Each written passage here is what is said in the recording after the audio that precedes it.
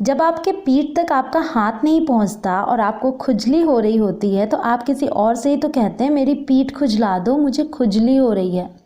इसे आप इंग्लिश में कैसे बोलेंगे? Scratch my back, I've got an itch. Scratch my back, I've got an itch.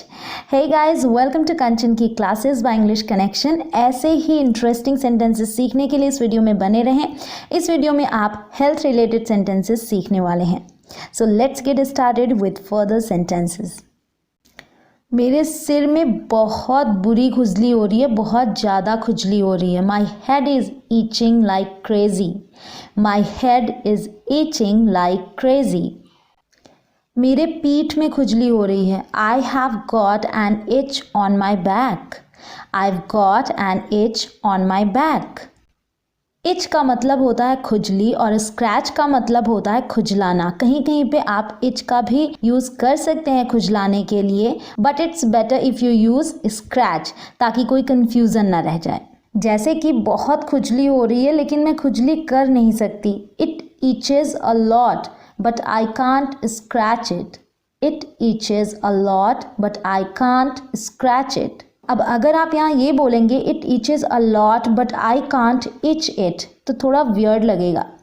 तो बेटर है कि आप बोलें it itches a lot but I can't scratch it. तो हमेशा याद रखिए, खुजली या खुजली होना को इंग्लिश में इच बोलते हैं और खुजली करने को स्क्रैच। रैशेस पर खुजली मत करो, खून बहने लगेगा। Don't scratch those rashes, you will make them bleed. Don't scratch those rashes, you will make them bleed. क्या तुम मेरे पीठ में खुजली कर सकते हो? Could you scratch my back for me? Could you scratch my back for me?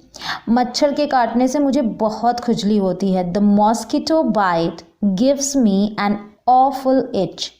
The mosquito bite gives me an awful etch. उसके पैर में एक फोड़ा हो गया है। She has an abscess on her leg. She has an abscess on her leg. Or you can say she has a boil on her leg. फोड़ा को इंग्लिश में abscess या फिर boil बोलते हैं। She has a boil on her leg. हमेशा याद रखिएगा, जब आप अपने शरीर के बारे में कुछ बताते हैं तो आप have या फिर have got दोनों को यूज़ कर सकते हैं। दोनों का मतलब सेम होता है। You could say I have a fever as well as I have got a fever. मेरे दाहिने पैर में फुटका हुआ है। फुटका या छलका जो भी आप बोलते हो, लगातार रगड़ से जब कहीं फूल आती है स्किन जिसमें पानी भरा होता है, जैसे जल जाने पर भी फूल आती है उसमें भी पानी भरा होता है, उसके लिए इंग्लिश में जो वर्ड है वो है blister. I've got a blister on my right foot. I've got a blister on my right foot. और जैसा कि मैंने पहले बताया, आप have got या फिर सिर्फ have का भी यूज़ कर सकते हैं। तो आप बोल सकते हैं I have a blister on my right foot. उसके अंगूठे से खून बह रहा है। His thumb is bleeding. His thumb is bleeding. उसकी हथेली की चमड़ी मोटी हो गई है, या फिर बहुत लोग इसे घट्टा भी बोलते हैं। लगातार काम कर करके या रगड़ पड़ने से, जैसे कि किसान जब हल चलाते थे उनके हाथ की चमड़ियाँ मोटी हो जाती हैं, तो उसके लिए आप इंग्लिश में बोलेंगे कैलस।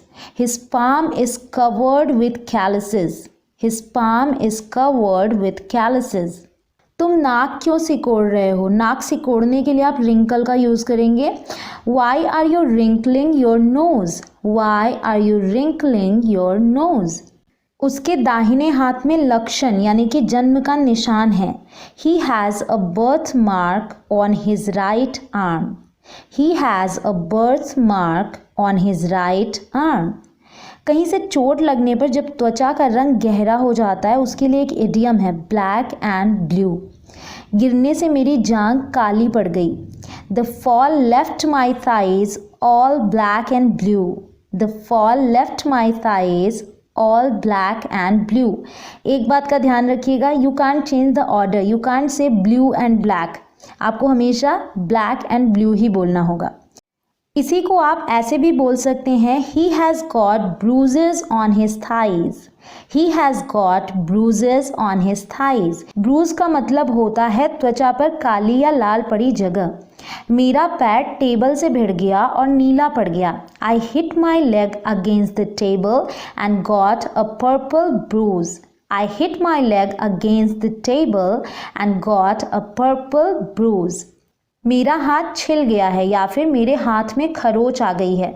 कहीं जब आप गिर जाते हैं तो जो स्किन छिल जाती है उसके लिए भी आप स्क्रैच का यूज़ करेंगे और बोलेंगे I've got scratches on my hand.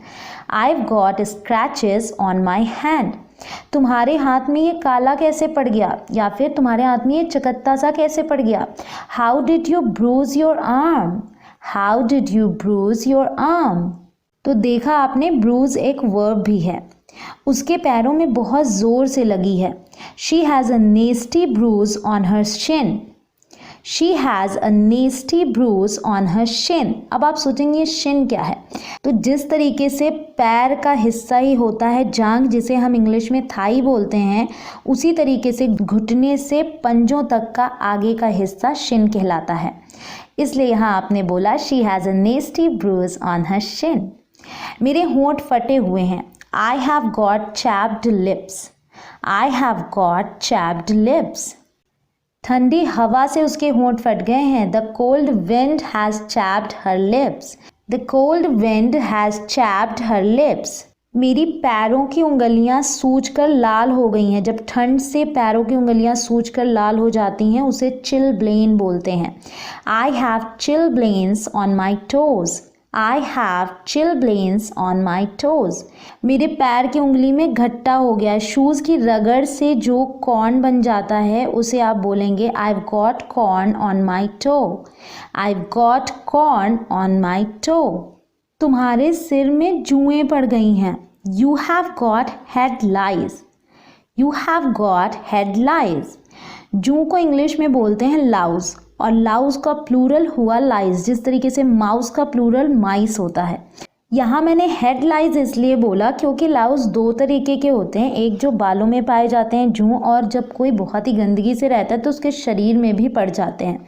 तो इसलिए ये डिफाइन करने के लिए कि बालों के जू की बात है, इसलिए यहाँ पे बोला गया you have got head lice. Okay, उसके सिर में जुएँ चल रही हैं। Lice are crawling on her head. Lice are crawling on her head.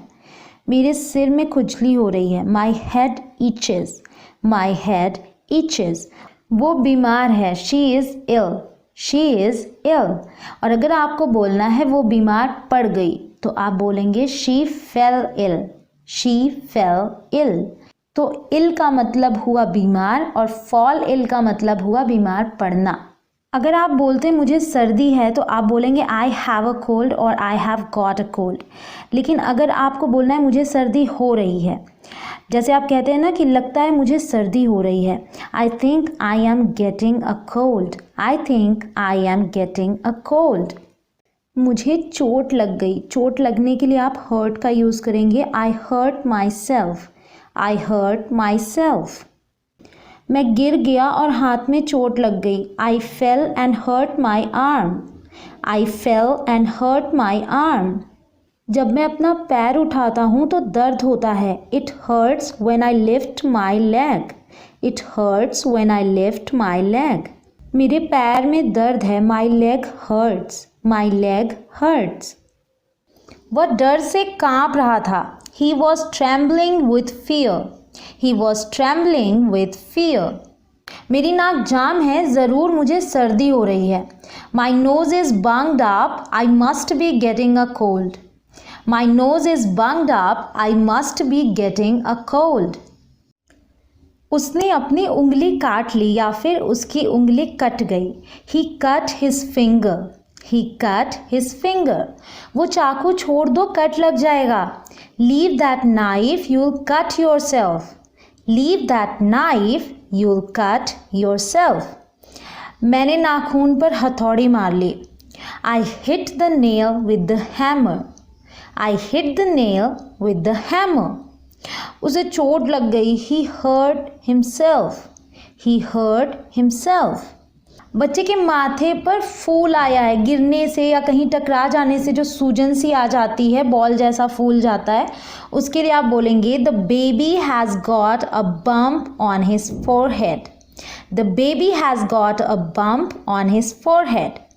मैं दीवार से टकरा गया या फिर दीवार से भिड़ गया। I bumped into the wall. I bumped into the wall. उसने मुझे ज़ोर से मारा। He hit me hard. He hit me hard. मैं गिर गया और मेरा सिर टेबल के कोने से भिड़ गया. I fell and struck my head on the corner of the table. I fell and struck my head on the corner of the table. Alright guys, that's all for today. I hope कि आपको ये sentences पसंद आए हों और helpful रहे हों. जो आपको सबसे ज़्यादा अच्छा sentence लगा हो वो आप comment में लिखना मत भूलिएगा. और अगर अभी तक आपने मेरे चैनल को सब्सक्राइब नहीं किया है तो प्लीज़ इसे सब्सक्राइब कर लें और इसके बाद आने वाले बेल के निशान को ज़रूर प्रेस करें ताकि आप मेरी एक भी वीडियो मिस ना करें.